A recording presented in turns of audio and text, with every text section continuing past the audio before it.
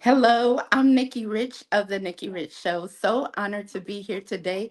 We have a featured guest today. We have none other than Rick Rosenfield. So, welcome. We're so excited to have you here today. Welcome to The Nikki Rich Show. Well, thanks, Nikki. Nice to be here. Yes, it is a pleasure to have you. So, how are you feeling about today? I mean, you have a new release out, and we're excited to talk about it. Great. I'm happy to talk about it. Yeah, Yes. it's a fun time. It is. It is. I want to first start off by saying you are amazing. You have lived an extraordinary life. You have such an extraordinary background from, a federal prosecutor to co-founder. I mean, how two different lives, two different areas. How did this come about? Well, it was a long story. My partner and I were both federal prosecutors, and then we were criminal defense attorneys in our own practice for 12 or 13 years. But we always wanted to be in the restaurant business. And we came up with one idea way before CPK. We came up with one idea after another. But every time a retainer would come along from a big client and we'd be back in the law practice. So finally, after a long trial in San Francisco, we came back to LA and decided, you know what? We just started with this idea and it morphed into what became CPK, and we did it. You did it, and it's worldwide, globally. And I want to tell you, I am a huge supporter. I live by one of the CPKs here, and I love everything about it. Everybody does. I know. And with that idea, with you both coming together, I mean, how did y'all just sit down and say, "Hey, I want to step away from this," and then move to that? Because that is so powerful. Just two people, two individuals, because it's not easy. Also, with two different people, sometimes one, yeah, but two, it's Well, not easy. we had a unique relationship. My partner, Larry Flax, and I, Uh-huh. as for 12 years as criminal defense attorneys, and I describe it in the memoir that we didn't have any jealousy between the two of us. We thought of Yes. ourselves as synergistic. That one plus one equal three, and we one guy would start an idea and then we'd pick up on it, and when we would have conversations we'd step on each other's lines, and no, there was just no jealousy. It was very organic. We were great friends. Most importantly, we trusted each other 100%. Right? And so it became both of our decision. It was a hard decision because we ended up having not only to change careers, but the first hard decision was signing the lease in Beverly Hills Yes. with no chef, no menu, no idea. I mean, just the idea and being personally guaranteeing the lease. And then we went to the bank and borrowed a lot of money from the bank, both of us, to put our names on the dotted line. We went, each sort of came at it a little bit differently. For me, I had my wife Esther and had a 2-year-old child daughter at home, and taking that risk, I needed her to back me. And Esther grew up in Birmingham, Alabama, and her daddy ran a diner, and she thought she had married this successful lawyer who was going to be out of the restaurant business forever. And when I said I wanted to start a new restaurant, her first reaction wasn't that great, but that didn't last. She was all in on any decision and that I made. And then, as it turned out, she went for a couple of years. She worked as a hostess at the front door, and it was very helpful to our early days at CPK. Is what I like about CPK is that it wasn't like just any other place or pizza kitchen. It was gourmet style, and it was open for everybody, for the CPK kids, for everybody. You have pasta, you have pizza, just the menu in itself, everything was open for everyone and welcoming to everyone. That's what I love about CPK. And and it's a success. How did you know that CPK was going to be a success? Well, you just described what our goal was from the beginning. And what we felt is, so we had come up with this idea, and Larry and I never really liked the word gourmet, right? Because we felt we were more approachable than that. And but it's fair enough to understand that as a category because in a sense created that category. Uh, Mm-hmm. with our original creation of barbecue chicken pizza, and that opened our eyes. But from the beginning, because I lived 5 blocks from the Beverly Hills restaurant, the question when I had this young daughter, a question for us is, where do you go in that time in Beverly Hills with your family that you feel good about? You can get a glass of wine, and that your child also wants to go to. And that's the hidden secret of CPK success across the country and maybe the world. We built that with that in mind from the beginning.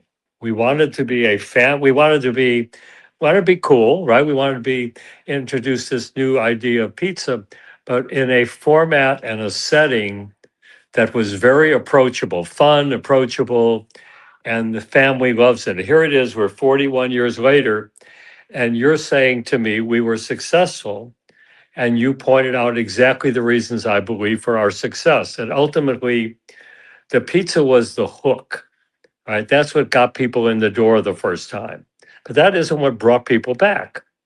What Mm-hmm. brought people back was we were accessible, we were approachable, our staff was well trained, they were very professional, and you felt that you were getting a lot of value for your money, right? Because everybody, this is my view of the restaurant business as a customer, because that's why we felt we would be successful, because we were customers, right? And we brought the eyes of customers, not the eyes of chefs, who's celebrity chefs who go to other restaurants and are treated as celebrity, right? No, we brought the eyes of customers. How do customers want to be treated? And that's how we built the company. So yes, we thought we could build an international chain, but we were very naive. And I talk about this in the book. If I knew then what I know now, would I have done it? And I'm not sure because it was much more complicated than we thought, right? And ultimately, it became about people. And not only ultimately, just from the beginning, once we got in it and we were immediately successful, we realized we needed people committed to our success, sharing our vision, sharing our belief in quality. And that really became the secret to our success. It was our ability to create a vision that people bought into and loved to come to work. Now, what made you want to write about your story behind the California Pizza Kitchen? Because I know it's huge. It's so much that came in creating this, the journey. What made you want to say, hey, I want to tell these people about this story? I'm sorry, you broke up at the beginning. Just would you mind repeating the question? What made you want to write about the story Oh, behind the yeah, yeah. Now that's clear. So writing it became a point where everybody, I've been a storyteller my whole life. I keep all the anecdotes from the law practice and the fun cases, and I've told the CPK stories. There's so many twists and turns, and I've told the story over the years, and people always said you should write a book. And when I sat down to write the book, what I decided was I did not want it to be a typical, if there's such a thing, business book. It Mm-hmm. didn't have business lessons per se. What I wanted people to draw from it is something they could be helpful in their lives, whether their personal lives or their business. And I wanted them to understand that the CPK success was about people. Right? And that's the story I wanted to tell. We created a culture. In the early days, before we knew anything about mission statements, Larry and I saw, how diverse our employees were. And the way we would describe it, we would say CPK is gender blind, we're color blind, we're religion blind, we're education blind.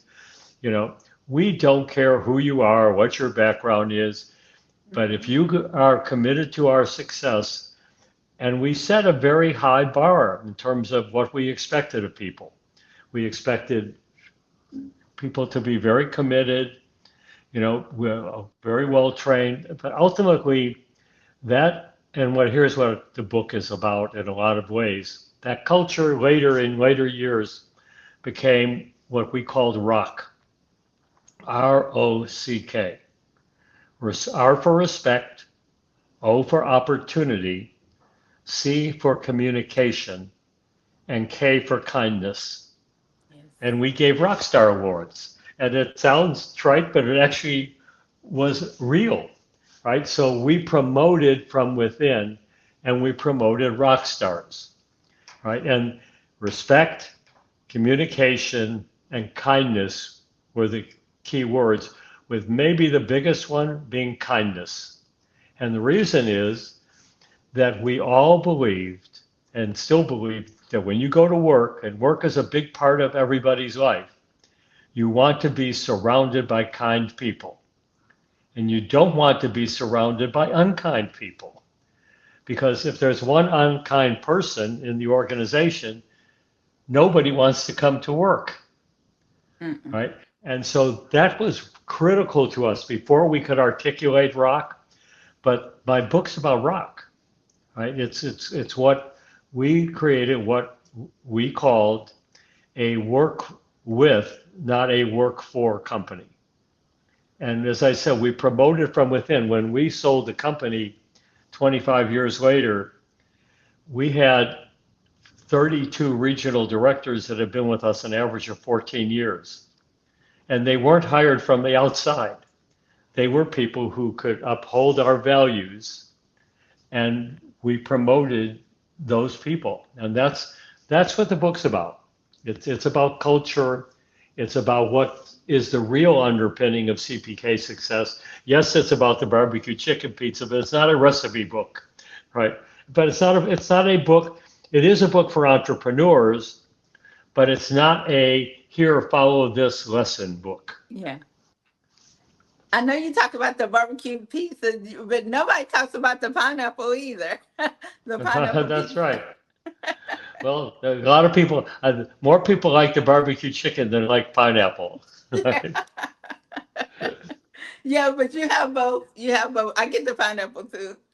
But then the other part was right from day one, we knew we wanted to make it so everybody wanted to come. So yes, barbecue Yeah. chicken was our number one seller, but mushroom, pepperoni, and sausage was our number two seller. Yes, I get And that one. right, and then today the traditional cheese is a major seller. Same thing that Baskin Robbins found about ice cream. Hmm. Milk almond fudge was number one, but vanilla chocolate and strawberry were number two, three, and four. Right, and so what you picked up was exactly it. So our menu expanded, but it was always accessible, and we always tried to keep the price value in. Because what does a customer do when you have an experience in a restaurant? Okay, you may not look at the price of every item, but when Hmm. you go to pay that check, you do in your mind a price value calculation. And you say, was this worth it to me?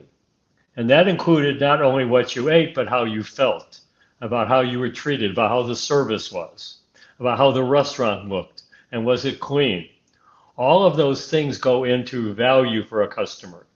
And Ray Kroc, the founder of McDonald's, we read his book when Larry and I first started, and he said it as clearly as could be for any restaurant. It's cleanliness, quality, service, Yes. right? Yeah, yeah, exactly. Cleanliness, quality, service, value. Those four items, and it's true in a McDonald's, it's true in a CPK, and it's true in the finest dining restaurant. Now, Rick, are we going to get, a movie or documentary from this book? the California Pizza Kitchen story? I, Because I, we have to. We have I, to. I hope so. Yes. It's off to a great start. It's number one in Amazon in the food restaurant category, which is exciting for me. I didn't go into it thinking I would be a best-selling author, but it's sort of a nice title to have, Yes. right? So I'm very excited about that. And I'm getting great feedback on the book because people read it. It's easy reading, as I said. It's our story, and there's a lot of personal stuff in it, in the CPK story. Lots of twists and turns. Somebody just commented the other day, it reads like a mystery novel or a thriller novel because there are so many twists and turns in our story. Yes, you have so much, even like I said, starting from the prosecution, that in itself is just like from Vegas and, just all that you did there. And then moving on to the entrepreneurship and helping people mortgages. And it's just so much, I don't want to give out, but, it's just so much to, to learn about just from a vision that you and your partner had. It's just truly amazing. Well, it is. It still amazes me, right? That it was. So we had this vision, and this partnership really mattered, right? Neither one of us could have pulled this off without the other. And it's very interesting because you always hear from CEOs say, it's very lonely at the top. Yes. But Larry and I never had that because we had each other.